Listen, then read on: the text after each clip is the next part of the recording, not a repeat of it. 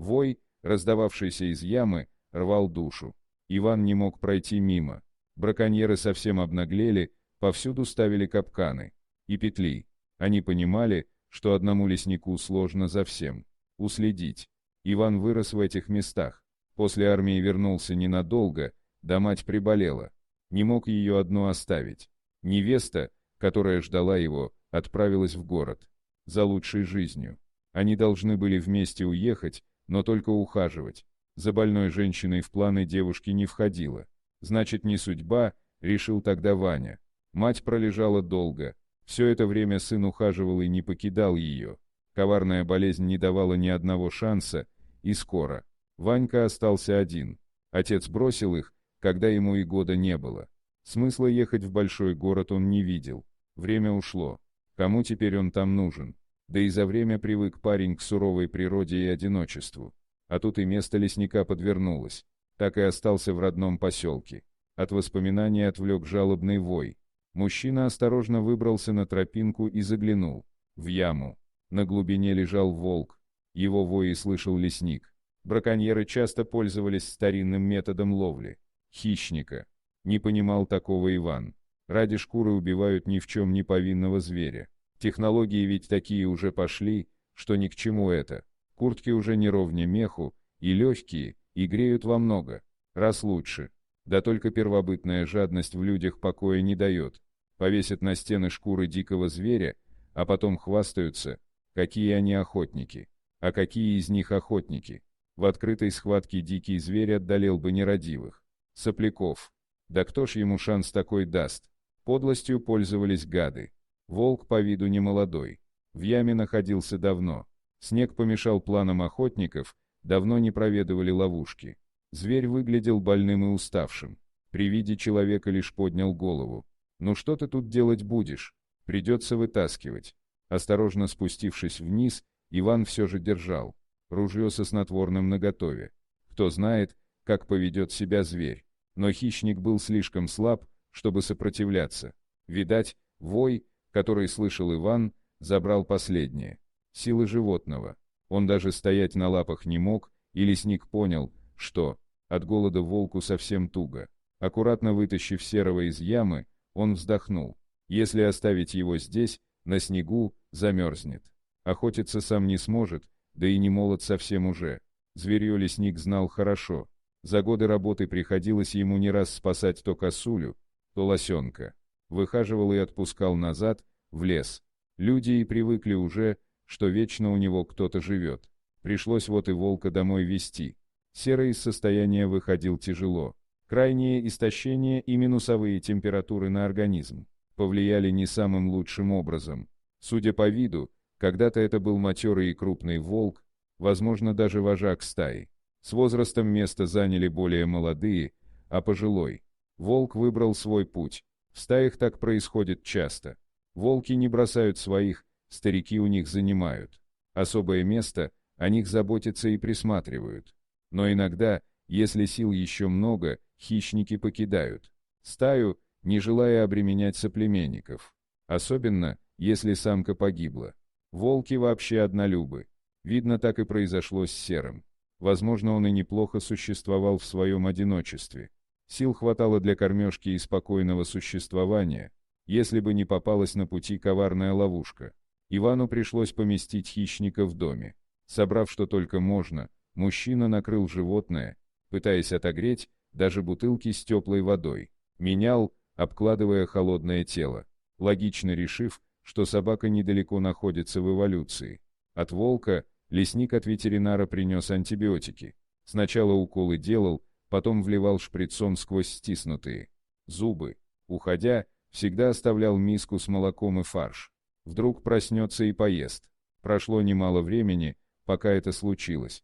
Вернувшись домой с объезда территории, Иван шумно обивал снег, топая ногами, как вдруг заметил движение. Серый стоял на пороге и внимательно смотрел на лесника. Втянул ноздрями в воздух, словно учуял родной запах. Спокойно развернулся и пошел на свою лежанку. Две одинокие души приняли друг друга.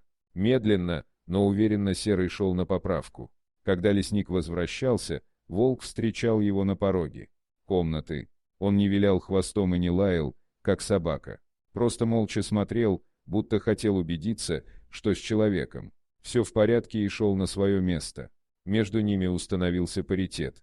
Каждый уважал территорию другого, не претендуя на что-то иное. Казалось, хищник понимал, что его приютили, и ценил это. В один из вечеров хозяин пришел домой расстроенный.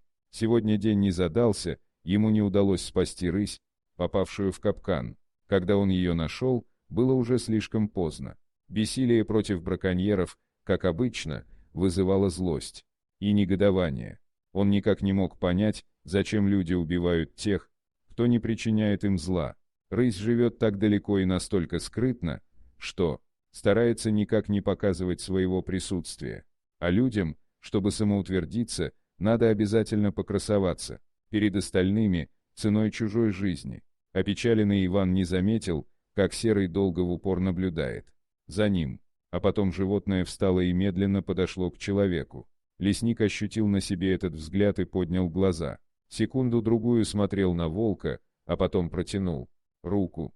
Хищный зверь, рожденный для охоты и выживания, колебался. Недолго. Сделал еще шаг и уперся тяжелым лбом в подставленную ладонь. Он принял человеческую дружбу. Они и правда стали хорошими приятелями. Просыпаясь ночью, Ваня знал, его охранник не спит. Свое место он сменил на ковер у его кровати. Возможно, хотел отблагодарить за спасение, а может, просто посчитал лесника достойным такой почести, быть охраняемым волком. С приходом весны Серый совершенно пришел в себя и оправился. Волк провожал и встречал Ивана, а потом и вовсе стал ходить в лес вместе с ним. Лесник был готов к тому, что появившийся друг покинет его. Все же зверь вырос и прожил свою жизнь в лесу, но волк не собирался никуда уходить. Спокойно шел рядом, как хорошо выдрессированная собака. У него не появлялось никакой агрессии при виде мелкой живности, которую иногда доводилось спасать человеку. Он не рассматривал как добычу и домашнюю живность. Видно, твердо был уверен, что голодным человек его не оставит. Они действительно стали друзьями. Иногда посреди леса вдруг останавливался и молча смотрел на Ивана. Как только понимал, что человек его принял во внимание, разворачивался мордой в определенную сторону и словно прислушивался. Тогда Иван замирал и тоже слушал. Обычно это означало, что волк почуял людей. В глухом лесу туристы не встречались, и это означало одно: браконьеры. То ли запомнил волк с того дня, когда попал в яму, то ли интуитивно чувствовал неприятных людей. Срабатывало это безотказно. Удавалось подобраться незамеченным и застать врасплох.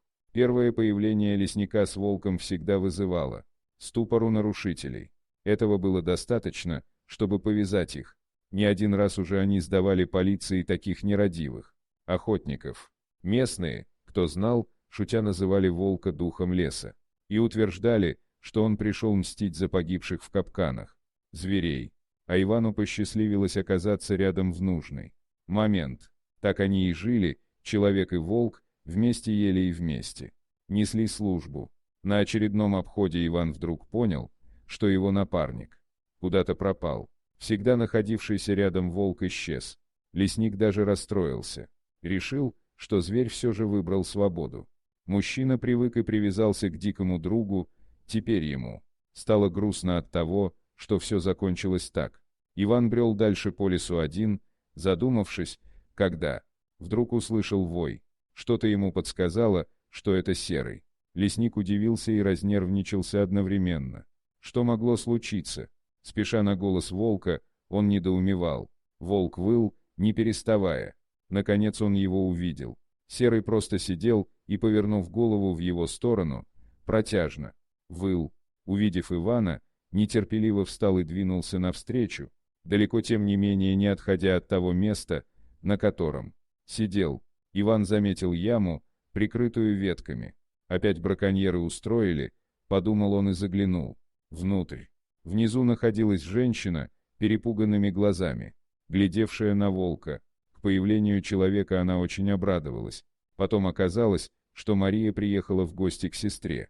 Муж давно умер, а родная сестренка звала погостить. Ей понравилось в тихом и мирном городке у самого леса. В этот день, пока сестра была на работе, решила по грибы сходить. Места здешние плохо знала, заблудилась почти сразу, а потом попалась эта яма, которую девушка не заметила. Когда падала, сильно повредила ногу, встать на нее могла, только с трудом, а вот выбраться никак не получалось. Потом появился волк, и женщина решила, что так и сгинет. Тут и не найдет ее никто. Когда Иван вытащил ее из ловушки, женщина категорически отказалась оставаться одна и ждать, пока тот приедет. На транспорте. Пришлось соорудить подобие костыля и очень медленно продвигаться домой. Хвала Богу, с ногой ничего страшного не произошло. Осмотревший ее врач установил сильное растяжение связок, прописал компрессы, покой и никаких физических нагрузок. У Ивана как раз оказались хорошие настои, так что все было очень даже кстати. Зато потом они часто смеялись, вспоминая давнюю историю, сидя за чаем в уютном домике лесника. Они так больше и не расстались, шутя, рассказывая всем, что это волк ее спас, да и познакомил заодно. Волк открывал желтые глаза при звуке своего имени и внимательно смотрел на свою семью. Убедившись, что все в порядке, растягивался у камина и грел старые натруженные лапы. Пусть думают, что все произошло по стечению обстоятельств. Он-то знает, что прежде чем позвать человека, волк внимательно наблюдал за попавшей в яму пленницей. Оценив ее как достойного кандидата, позвал своего лесника, а мог бы и не позвать, между прочим. Не ко всем людям он был лоялен. Память о тех, по чьей вине он оказался на грани смерти, не ушла. Но ему показалось, что эта женщина не такая, и он не ошибся. Чутье дикого зверя его еще ни разу не подвело. Ему было хорошо среди своих. Он воспринимал этих двоих как свою стаю, а за своих, как известно, волки порвут любого. Но у них все было хорошо, а значит, можно было вздремнуть. Дорогие друзья, если вам понравилось видео, поставьте лайк, а также подписывайтесь на канал, где найдете еще много интересного.